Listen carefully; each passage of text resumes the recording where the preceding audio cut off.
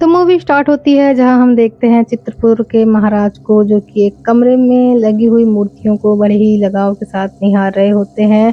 वो उन मूर्तियों को बहुत ही बारीकी से देख रहे होते हैं और एक-एक चित्रकारी की तारीफ़ कर रहे होते हैं। वो कहते हैं मूर्तियाँ ऐसी हैं जैसे इसमें किसी ने जान डाल दी हो और साक्षात किसी इंसान को यहाँ पर खड़ा कर दिया हो। वो अपने पास खड़े हुए लोगों से बोलते हैं कि ये मूर्तियाँ तुम लोगों ने कैसे बनाई है? सभी के मुँह नीचे हो जाते हैं। और यहाँ हम देखते हैं चित्रसेन को। चित्रसेन महाराज के सामने आता है। महाराज उसकी तारीफ़ करते हुए कहते हैं कि तुम्हें जो माँगना हो माँगो। इन मूर्तियों को देखकर हम बहुत खुश हुए। तुम्हारी कलाकारी बहुत ही सराहनीय है। चित्रसेन तुरंत सर झुकाकर महाराज से कहता है कि मैं आपसे जो कुछ माँगूँ क्या आप मुझे वो दे देंगे? महाराज हँसते हुए समझ जाते हैं कि चित्रसेन किसी से प्रेम करता है। वो कहते हैं कि हम समझ गए कि तुम किसी से प्रेम करते हो, माँगो तुम्हें क्या चाहिए? चित्रसेन एक मूर्ति के पास जाता है और उस पर पड़ा हुआ दुपट्टा हटाकर कहता है कि ये नीलकमल है, यहाँ की राजकुमारी, मुझे नीलकमल चाहिए। पहली बार में देखते ही मुझे नीलकमल से प्यार हो गया था। महाराज ये सुनते ही गुस्से में आप बबूला हो जाते हैं और चित्रसेन से कहते हैं कि तुम्हारी मांग बहुत ही ज़्यादा कीमती है, तुमने जो कुछ भी मांगा है वो तुम्हें नहीं मिल सकता। और वो अपने लोगों को चित्रसेन को अपनी सभा में लाने के लिए कहते हैं। चित्रसेन के हाथ और पैरों में बेड़ियां डाल दी जाती हैं और उसे महाराज के सामने पेश कर दिया जाता है। चित्रसेन कहता है कि मैं नीलकमल से प्यार करता हूँ और उसी से करता रहूँगा। आपकी तलवारें मेरा इरादा हरगिज़ नहीं बदल सकती। महाराज चित्रसेन को जिंदा ही दीवार में चुनवाने का आदेश दे देते हैं। इधर चित्रसेन के हाथ पैर में बेड़ियां बांधकर उसके चारों तरफ दीवारें उठाई जाने लगती हैं। चित्रसेन अपने आखिरी समय में गाना गा रहा होता है, आखिरी पल है, आखिरी राहें तुझे ढूंढ रही हैं। वो अपनी और नीलकमल की बातों को याद करते हुए अपने आखिरी वक्त को बिता रहा होता है। अपने आखिरी समय में चित्रसेन राजकुमारी को ही याद कर रहा होता है। अब यहाँ से हम एक सदी के बाद का सीन देखते हैं, जब रंग महल बिल्कुल खंडहर हो चुका होता है और यहाँ पर कॉलेज के कुछ लड़के लड़कियों का ग्रुप घूमने के लिए आए होते हैं। यही हम देखते हैं सीता को, जो कि उन मूर्तियों के पास जाकर उनको निहार रही होती है और उसमें बनी कलाकृति की तरह खुद भी नकल उतार रही होती है। तभी उसे एक आवाज़ सुनाई देती है जो उससे कह रही होती है कि तुम आ गई नीलकमल, मुझे तुम्हारा ही इंतज़ार था, मैंने एक सदी बिता दी है तुम्हारे लिए, अब हमारा मिलन होकर रहेगा। ये सुनकर सीता चौंक जाती है और वहीं बेहोश हो जाती है। सीता की चीखने की आवाज़ सुनकर उसकी सहेलियां उसे आकर संभालती हैं। कुछ समय बाद हम देखते हैं कि सीता और उसकी सहेलियां सभी कमरे में सो रहे होते हैं। फिर से सीता को वही आवाज़ सुनाई देती है, नीलकमल मैंने तुम्हारे लिए परसों इंतज़ार किया है, अब तुम्हें मेरे पास आना ही होगा। और सीता ये आवाज़ सुनते ही उसके पीछे पीछे चल देती है। हम देखते हैं चित्रपुर स्टेशन को, जहाँ सीता पटरियों पर दौड़ी चली जा रही होती है। यही गाड़ी का ड्राइवर सीता को देखता है और गाड़ी की सीटी भी बजा रहा होता है, पर सीता अपने होश में नहीं होती। वो गाड़ी के सामने आने वाली ही होती है, पर तभी एक आदमी आकर उसे बचा लेता है। वो सीता को होश में लाते हुए कहता है कि तुम्हें पता है कि तुम कहाँ चल रही थी, तुम्हारी जान भी जा सकती थी। सीता कहती है कि मुझे कुछ भी होश नहीं, मैं अपने कमरे से यहाँ कैसे आ गई मैं नहीं जानती हूँ। स्टेशन पर मेरी सहेलियाँ और मेरी मैडम मेरा इंतज़ार कर रही होंगी, मुझे उनके पास जल्दी से जल्दी जाना है वरना मेरी ट्रेन छूट जाएगी। तब वो आदमी जिसका नाम राम होता है वो सीता को स्टेशन पर पहुँचा देता है।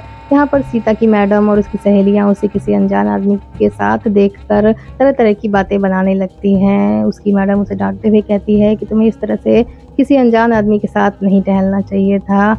सीता कुछ भी नहीं बोलती, बस सारी बातों को चुपचाप सुन रही होती है। कुछ समय बाद सीता के कॉलेज की तरफ से एक डांस कार्यक्रम का आयोजन किया जाता है, जहाँ पर राम भी आया होता है। वो यहाँ पर दूसरी बार सीता को देखता है, वो सीता को मन ही मन पसंद करने लगता है। उसी रात हम देखते हैं सीता के हॉस्टल में सभी लड़कियां अपने अपने बिस्तर पर सो रही होती हैं, बस सीता ही अपने बिस्तर पर नहीं होती है। वार्डन प्रिंसिपल के पास जाकर शिकायत करते हुए कहती है कि ये लड़की वहाँ से भी गायब हो गई थी जहाँ पर हम सभी घूमने गए थे और रात में किसी दूसरे लड़के के साथ हम लोगों के सामने आई थी। अब प्रिंसिपल सीता के पिताजी को बुलाती हैं और सीता के चरित्र के बारे में बोलते हुए कहती हैं कि अगर ऐसी लड़की हमारे हॉस्टल में रहेगी तो बाकी लड़कियां भी बिगड़ सकती हैं, अब अपनी बेटी को लेकर यहाँ से जा सकते हैं। सीता के पिता प्रिंसिपल से कहते हैं कि मेरी बेटी ऐसी हरगिज़ नहीं है, आपको ज़रूर कोई गलतफहमी हुई है, मैंने उसे बचपन से पाला है, एक पिता के साथ साथ एक माँ का भी प्यार दिया है। वो ऐसा हरगिज़ नहीं कर सकती, पर प्रिंसिपल नहीं मानती है और सीता को हॉस्टल से निकाल देती है। सीता के पिता उसे अपने साथ घर ले आते हैं, जहाँ पर वो भी सीता पर शक कर रहे होते हैं। सीता उनके पास खाना लेकर आती है तो वो सीता से कुछ भी नहीं बोलते। सीता उनके पास बैठकर रोते हुए कहती है कि पिताजी, आप मेरे बारे में ऐसा सोचें, इससे तो अच्छा है कि मैं मर जाऊँ। ये सुनकर सीता के पिता भी रोने लगते हैं। वो दूसरे दिन सीता को लेकर डॉक्टर के पास जाते हैं, जहाँ पर डॉक्टर भी सीता से पूछने लगते हैं कि तुम किस लड़के से प्यार करती हो, अपने पिताजी को बता दो, दिन रात उसी के बारे में सोचती रहती हो। सीता कहती है कि मैं किसी के भी बारे में नहीं सोचती, मैं कैसे वहाँ पर पहुँच जाती हूँ, मुझे कुछ भी याद नहीं है। कुछ सवाल जवाब करने के बाद डॉक्टर सीता से कहते हैं कि तुम बिल्कुल स्वस्थ हो, तुम्हें कोई भी बीमारी नहीं है। ये सुनकर सीता खुश हो जाती है और अपने पिता के पास आकर बताती है कि पिताजी, मुझे कोई बीमारी नहीं है। सीता के पिता उसे गाड़ी में चलकर बैठने के लिए कहते हैं। उसके बाद डॉक्टर सीता के पिता के पास आते हैं और ये कहते हैं कि सीता को कोई शारीरिक नहीं बल्कि मानसिक बीमारी है। ये बीमारी उसे नींद में चलने की है। वो रात में नींद में उठकर चलती है और कब कैसे दूसरी जगह पर पहुंच जाती है उसे कुछ भी नहीं पता रहता। ऐसे लोग किसी का कत्ल भी कर देते हैं पर उन्हें कुछ भी याद नहीं रहता। अच्छा होगा कि तुम उसके लिए एक अच्छा सा लड़का ढूंढकर उसकी शादी कर दो, इससे पहले कि ये बात हर जगह फैल जाए। सीता के पिता अपने दोस्त की बात को सही मानते हैं और पंडित जी के पास पहुंचकर सीता के लिए एक लड़का बताने के लिए कहते हैं।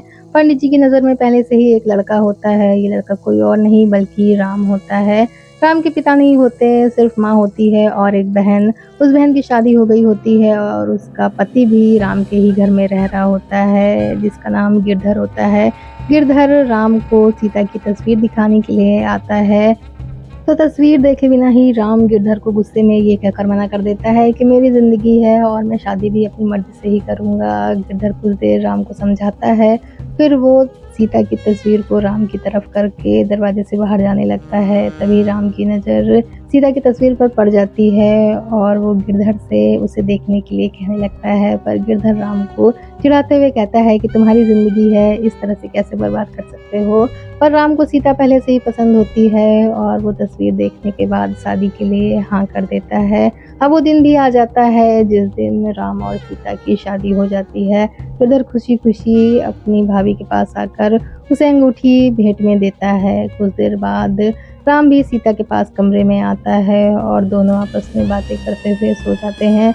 कुछ देर बाद हम देखते हैं सीता को फिर से वही आवाज़ सुनाई देती है और सीता बगैर किसी होश के कब दरवाजे से बाहर निकल जाती है, उसे खुद भी इसका पता नहीं होता। कुछ देर बाद हम सीता को नाव पर बैठे हुए देखते हैं, जिसके सामने चित्रसेन होता है।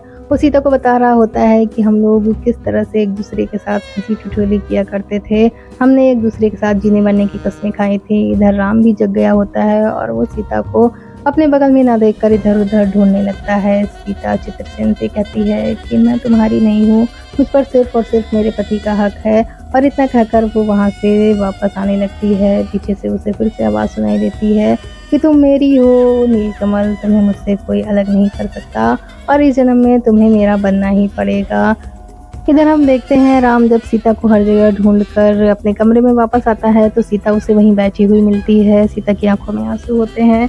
राम कहता है कि मैं तो चौंक ही गया था कि मेरी नई नवेली दुल्हन आखिर शादी के दिन ही कहाँ गायब हो गई। सीता बगैर कुछ बोले राम के गले लगकर रोने लगती है। इधर हम दूसरे दिन देखते हैं सीता और राम को नज़दीक आते हुए देखकर राम की बहन का भी मन होने लगता है कि वो भी अपने पति के उसी तरह नज़दीक आए और इसके लिए वो गिरधर के पास भी आती है। पर गिरधर को अपनी नींद ज़्यादा प्यारी होती है और वो दिन भर काम करके थक भी जाता है, इसलिए वो अपनी नींद पूरी करने में ही लगा होता है। दूसरे दिन हम देखते हैं राम को, जो काफ़ी देर से ऑफिस जा रहा होता है। उसकी बहन उसके पीछे पीछे आती है, तभी उसकी माँ उसके सामने आ जाती है। वो अपनी माँ को राम और सीता के खिलाफ भड़काते हुए कहती है कि देखो माँ, तुम्हारा बेटा कितनी देर से ऑफिस जाने लगा है और तुम्हारी बहू अभी भी पैर पसारे बिस्तर पर ही पड़ी होगी। अब सीता की सास और उसकी नंद उसके पास आती हैं सीता की सास उसे डांटते हुए कहती है कि बहू की मेहमान नवाजी 2-4 दिन की होती है, तुम्हें तो आए कई दिन हो गए, अब अपना घर संभालो। इतना कहकर सीता की सास वहाँ से चली जाती है। तभी सीता की नंद उसके पास अंगूठी देखती है और कहती है कि ये अंगूठी तुम्हारे पास कैसे आ गई, ये तो मेरी अंगूठी है। सीता बताती है कि ये मुझे गिरधर भैया ने मुँह दिखाई के रूप में दी थी। सीता की नंद गुस्सा होते हुए वो अंगूठी उससे ले लेती है और जाकर अपने पति यानी कि गिरधर से लड़ाई करने लगती है। कहती है कि तू यहाँ पर मेरे घर में रहकर खाता है, पीता है और मेरी ही चीज़ें चुरा कर लोगों को गिफ्ट देने जाता है। इस बात से गिरधर को गुस्सा आती है और वो बाहर खाली पड़े हुए डिब्बों को बेचने के लिए निकल जाता है। ये देखकर सीता की सास को भी गुस्सा आता है और वो अपनी बेटी को डांटते हुए कहती है कि तू अगर ऐसा ना बोलती तो गिरधर आज हमारी बेइज्जती पूरी सड़क भर में नहीं करवा रहा होता। अपनी माँ की डांट से चंचल का थोड़ा मन पिघलता है और वो गिरधर को लेने के लिए चल देती है। यहाँ पहुँचकर देखती है कि गिरधर किसी और के पास बैठे बातें कर रहा होता है। ये देखकर चंचल को गुस्सा आता है और वो उस लड़की से लड़ाई कर अपने पति को वापस घर ले आती है। अब रात में चंचल और उसका पति आपस में बैठे बातें कर रहे होते हैं। तभी चंचल की नज़र सीता पर पड़ती है, जो कि किसी को बगैर बताए सज धज कर रात में अकेले बाहर जा रही होती है। चंचल ये देखकर चौंक जाती है। वो सीता के पीछे पीछे दरवाजे तक आती है और देखती है कि सीता दरवाजे से बाहर चली गई है। अब चंचल तुरंत ही अपनी माँ के पास आती है और बताती है कि उठो माँ, तुम्हारी बहू इतनी रात में सज धज कर पता नहीं किससे मिलने के लिए गई है और तुम यहाँ आराम से सो रही हो। भैया भी इस वक्त घर पर नहीं है। इधर हम देखते हैं सीता को, जो कि झील के पास पहुँच चुकी होती है। जब राम वापस आता है तो उसकी माँ और बहन दोनों ही जग रहे होते हैं। वो राम को सारी बातें बता देते हैं। दरअसल वो राम को सीता के खिलाफ भड़काना चाहते हैं। राम अपने कमरे में आता है तो देखता है कि सीता कुछ बड़बड़ा रही है सोते हुए। सीता कह रही होती है कि मेरे पास मत आओ, मुझे छुओ मत। राम को लगता है कि सीता को कोई बीमारी है, इसलिए वो दूसरे दिन डॉक्टर के पास उसे लेकर जाता है। डॉक्टर बताते हैं कि आपकी बीवी को कोई शारीरिक नहीं बल्कि मानसिक बीमारी है, आपको उनका ख्याल रखने की ज़रूरत है, उन्हें अकेला कभी मत छोड़िएगा। मैंने सुना है आप बाहर घूमने के लिए जा रहे हैं। राम हमें सर हिला देता है। इधर दूसरी रात जब राम घर वापस आता है तो उसकी माँ और बहन दोनों इसका इंतज़ार कर रहे होते हैं। वो राम के आते ही उसे सीता के खिलाफ भड़काने लगते हैं और कहते हैं कि तुम्हारी बीवी आज भी बन संवर कर पता नहीं किससे मिलने के लिए गई है। राम की माँ कहती है कि इस तरह की बच्चलन औरत को तो बाल पकड़कर घर से बाहर निकाल देना चाहिए। राम गुस्सा होता है और कहता है कि वो बच्चलन नहीं है, घर की लक्ष्मी है। अगर तुम उसके साथ ही ऐसा करोगे तो घर की इज्जत भी मिट्टी में मिल जाएगी। इतना कहकर राम वहाँ से चला जाता है। इधर हम देखते हैं सीता को, जो कि चित्रसेन के सामने नाव पर बैठी होती है। चित्रसेन उसे बार बार याद दिला रहा होता है कि क्या तुम्हें कुछ भी याद नहीं है, तुम किस राज्य की राजकुमारी थी, मैंने तुम्हारे प्यार में अपनी ज़िंदगी तक लुटा दी, सब कुछ बर्बाद कर दिया और तुम्हें कुछ भी याद नहीं आ रहा है। सीता वहीं पर बेहोश हो जाती है। राम उसके पास आता है और उसे जगाता है। सीता को देखकर राम गुस्से में बोलता है कि क्या मेरी माँ और बहन सच कह रही हैं, क्या तुम्हारे चरित्र में सच में दाग है। इतना कहकर राम उसे छोड़कर अकेले ही बाहर चला जाता है। सीता उसे समझाने की कोशिश करती है पर वो सीता की एक भी बात नहीं सुनता, क्योंकि वो गुस्से में होता है। दूसरे दिन सीता अपने कमरे में होती है तो उसकी सास और नंद उसके पास आते हैं। वहाँ रखी साड़ी देखते हुए सीता की सास कहती है कि मेरा बेटा तो यहाँ नहीं है, फिर ये सास श्रृंगार किसके लिए होने वाला है। चंचल पीछे से ताने मारते हुए कहती है किसी से मिलने जाना होगा तो सास श्रृंगार करके ही जाएगी ना। ये सुनकर सीता को थोड़ा दुख होता है। सीता की सास उसे घर के सारे काम करने के लिए कहती है। वो बताती है कि आज से घर के नौकरों की छुट्टी हो गई है, इसलिए सारा काम तुझे ही करना है, बर्तन झाड़ू खाना सब तुझे ही देखना पड़ेगा। वो सीता को 2 साड़ियाँ देती है और कहती है कि आज से यही तेरे कपड़े हैं।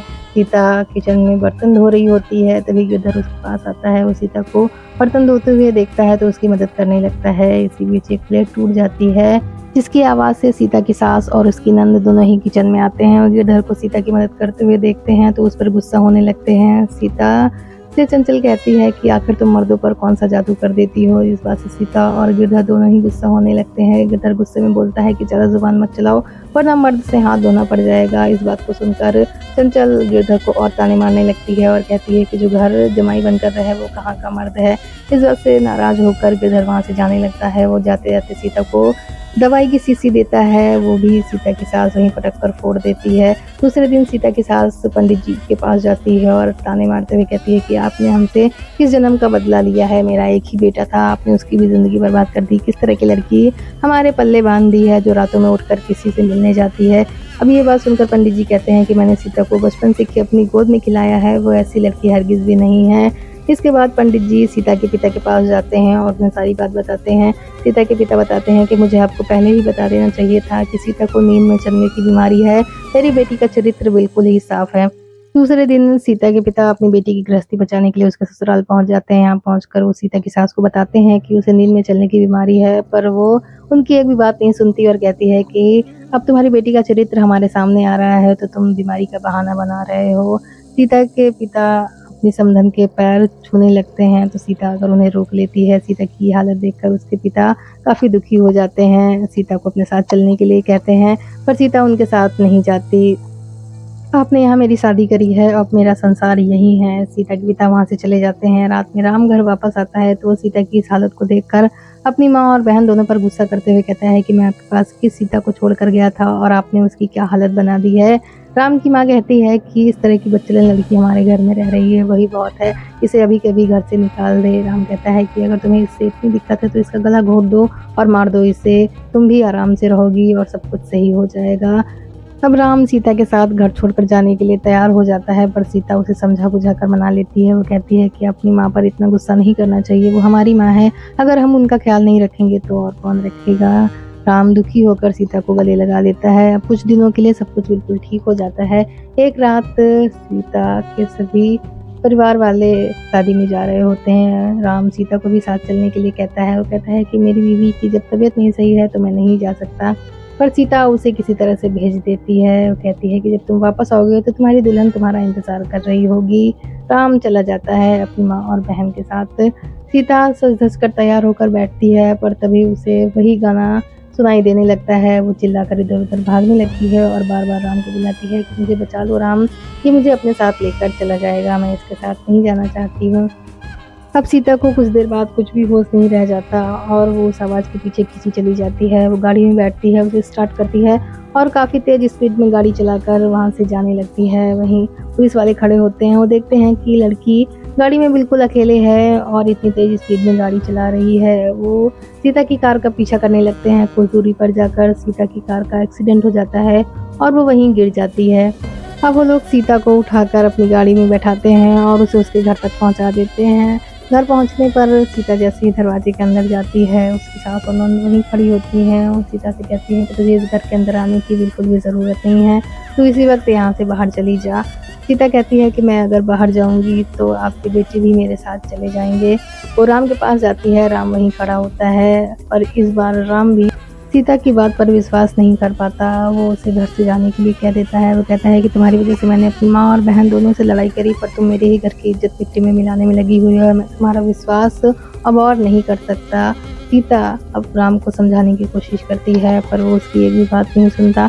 सीता वहाँ से जाकर सीधे झील में कूद जाती है। दूसरे दिन सीता के पिता उसके ससुराल आते हैं और अपनी बेटी के बारे में पूछने लगते हैं। सीता की सास कहती है गई होगी कहीं मुंह काला करने, ऐसी लड़की और क्या ही कर सकती है। सीता के पिता वहाँ से जाने लगते हैं, तभी राम वहाँ आ जाता है। वो राम को देखकर कहते हैं कि बेटा मेरी ही गलती थी, मुझे तुम्हें पहले ही बता देना चाहिए था कि मेरी बेटी को नींद में चलने की बीमारी है, उसके चरित्र में कोई भी दाग नहीं है। एक बार पहले भी वो बेतहाशा पटरियों पर भागी चली जा रही थी, किसी भले इंसान ने उसकी जान बचाई थी। काश वो उस दिन उसकी जान न बचाता तो आज ये सारी चीज़ें नहीं हो रही होती।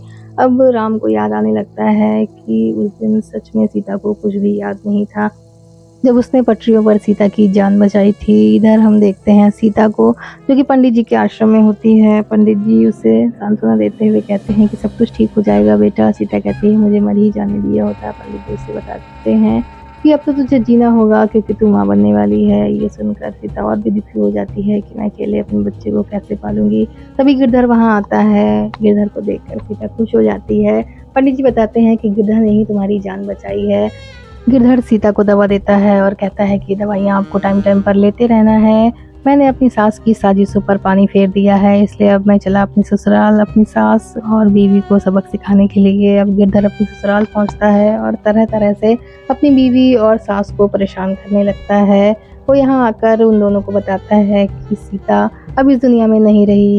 ये सुनकर गिरधर की सास और उसकी पत्नी दोनों ही रोने का नाटक करने लगते हैं। अब दूसरे दिन दोनों गिरधर की काफ़ी खातिरदारी कर रहे होते हैं, वो उसे तरह तरह के पकवान खिला रहे होते हैं। ये सब इसलिए होता है क्योंकि गिरधर की सास अपने बेटे की दूसरी शादी करवाना चाहती है। वो गिरधर से कहती है, बेटा मैंने राम के लिए एक लड़की पसंद कर ली है, वो सीता से कहीं ज़्यादा अच्छी है और अच्छी बात तो ये है कि चाल चलन की बहुत अच्छी है, तुझे राम को शादी के लिए मनाना होगा। गिरधर कहता है, ये बात आपने बहुत अच्छी करी, इसका मतलब आप पहले से ही उस लड़की से मिल चुके हैं। गिरधर की सास कहती है, हाँ मैं जाकर उससे मंगनी की बात पक्की कराऊं। गिरधर कहता है, तुरंत जाइए, आप मंगनी की बात पक्की करके आइए और मैं इधर राम को शादी के लिए मनाता हूँ।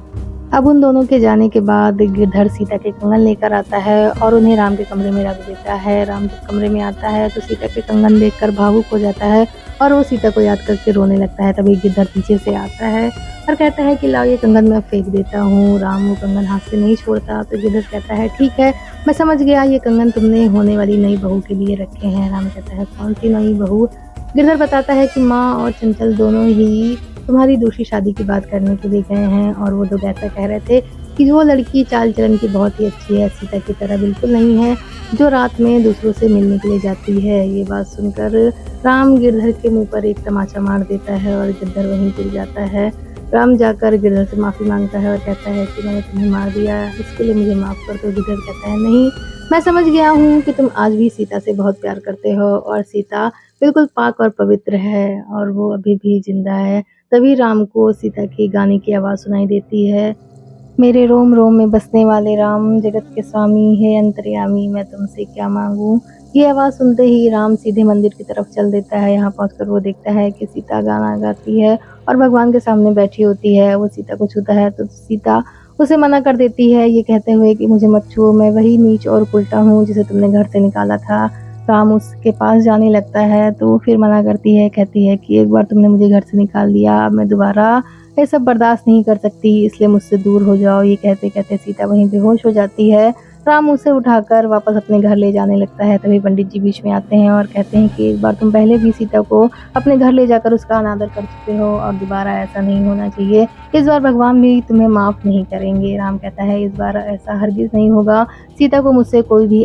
राम सीता को लेकर घर पहुंचता है तो राम की माँ ये कहते हुए मना कर देती है कि ये पापन है, जाने किसका पाप लिए घूम रही है, पाप की औलाद इस घर में हरगिज़ जन्म नहीं ले सकती। इस बात से राम गुस्सा हो जाता है और कहता है कि ये सानू सौकत, ये हवेली और ये सब तुम्हें ही मुबारक हो, मैं अपनी सीता को लेकर जा रहा हूँ। जब राम वनवास गए थे तो सीता ने साथ दिया था, आज तुम सीता को घर से निकाल रही हो तो राम भी उसके साथ जाएगा। इतना कहकर राम अपनी पत्नी को लेकर वहाँ से चला जाता है।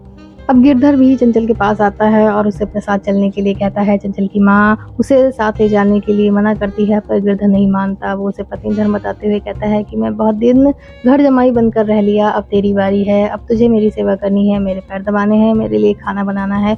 और वो जबरदस्ती चंचल को वहाँ से लेकर चला जाता है। इस बात से चंचल की माँ गुस्सा होती है और सबसे वहाँ से जाने के लिए कहती है। वो कहती है, मैं अकेले ही रह लूँगी, मुझे किसी की कोई ज़रूरत नहीं है। अब राम और सीता ट्रेन से सीता के पिता के यहाँ जा रहे होते हैं। रास्ते में चित्रपुर स्टेशन पड़ता है। सीता सो रही होती है पर फिर से उसे वही आवाज़ें सुनाई देने लगती हैं जैसे कोई उसे बुला रहा हो और वही गाना, आजा तुझको पुकारे मेरा प्यार। स्टेशन आते ही सीता ट्रेन की चैन खींचकर वहीं उतर जाती है। राम सो रहा होता है। टीटी आकर उसे जगाता है और पूछता है कि ये चैन क्या आपने खींची है। राम नामे से मिला देता है और देखता है कि सीता वहाँ पर नहीं है। इधर हम देखते हैं सीता को जो कि वही रंग महल पहुंच चुकी होती है। उसके चारों तरफ मूर्तियां होती हैं, सामने चित्रसेन खड़ा होता है और वो उसे बता रहा होता है कि हम लोग किस तरह से एक दूसरे से प्यार करते थे, तुम्हें याद है होली का वो दिन जब तुमने मेरे ऊपर गुलाल डाला था। अब धीरे धीरे सीता को भी अपना पिछला जन्म याद आने लगता है। वो भी जोर जोर से हंसते हुए चित्रसेन से कहती है कि हाँ, उस दिन तुम कितने प्यारे लग रहे थे। वो कहती है कि मैंने तुम्हारा कितना इंतज़ार किया चित्रसेन, मुझे मेरे पिताजी ने ननिहाल भेज दिया था। जब मैं वहाँ से वापस आई तो मुझे पता चला कि तुम हमारा देश छोड़कर भाग गए हो। ऐसा तुमने आखिर क्यों किया? मैं तुम्हारा कितना इंतज़ार कर रही थी। चित्रसेन कहता है कि क्या सच में तुम्हें कुछ भी नहीं पता था? मेरे ऊपर क्या बीती तुम नहीं जानती हो, मुझे जिंदा ही तुम्हारे पिताजी ने इस दीवार में चुनवा दिया था और मैं आखिरी सांस तक तुम्हारा ही इंतजार करता रहा। ये सुनकर सीता दुखी हो जाती है कि उसके प्यार की चित्रसेन को इतनी बड़ी सजा मिली थी और वो उसी दीवार के पास जाकर खड़ी हो जाती है, पर उसे याद आता है कि वो वास्तव में कौन है। वो चित्रसेन से कहती है कि ठीक है चित्रसेन, अगर मेरे बलिदान से तुम्हें मुक्ति मिल जाती है तो मैं अपना बलिदान देने के लिए तैयार हूँ। चित्रसेन को ये बात बिल्कुल भी पसंद नहीं आती कि सीता उसके लिए बलिदान देने की बात कर रही है, ना कि उसके प्रेम में मरने की। ये सुनकर चित्रसेन एक रोशनी की तरफ जाता है और खुद को मुक्त कर लेता है। उसे ये समझ में आ चुका होता है कि ये सीता है, ना कि उसकी नीलकमल। तभी वहाँ राम आ जाता है। सीता वहीं पर बेहोश पड़ी होती है। वो देखता है कि वहाँ पर सीता की मूर्ति लगी होती है जो कि अब खंडित हो चुकी होती है और वो दीवार भी टूटकर गिर चुकी होती है। वहाँ पर चित्रसेन का कंकाल बेड़ियों में बंधा पड़ा होता है। ये सब देखकर राम समझ जाता है कि लगता है अभी अभी किसी आत्मा को मुक्ति मिली है। ये टूटी हुई मूर्तियाँ और ये दीवार यही सब बता रहे हैं। तो सीता को होश आ जाता है और वो राम से कहती है कि मैं यहाँ कैसे आई, मुझे नहीं। राम समझ चुका होता है कि कोई आत्मा ही थी जो कि सीता को अपने साथ लेकर चली जाती थी उस झील के किनारे, बल्कि सीता में एक भी दाग नहीं है। राम कहता है कि कुछ चीजें होती हैं जो राज की राज ही रहें तो ही अच्छा होता है। इसके बाद राम सीता को लेकर वहां से चला जाता है। अब लास्ट में सभी लोग आपस में मिल जाते हैं और राम की माँ भी अपने बेटे और बहू को अपने साथ लेकर जाने के लिए आती है। यहाँ पर मूवी एंड हो जाती है। आपको मूवी एक्सप्लेनेशन कैसा लगा जरूर